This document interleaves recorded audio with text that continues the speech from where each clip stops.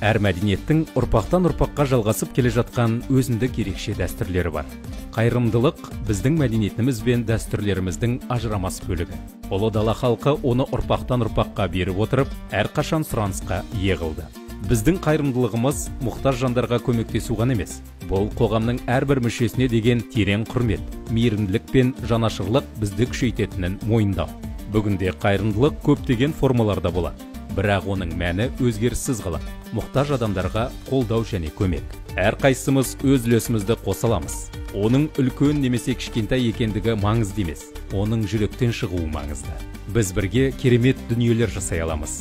Сіздің әрекеттеріңіз біреудің өмірін жақсы жаққа өзгерте алады. Әлемді жақсарта отырып, осы асыл дәстүрді бірге жалғастырайық. Қайырымдылық бұл біздің халқымыздың жүрегі, біздің мейірімділігіміз бен бір-бірімізге деген қамқорлығымыздың көрінісі. Бұл жүрек одан әрі қатты соғып,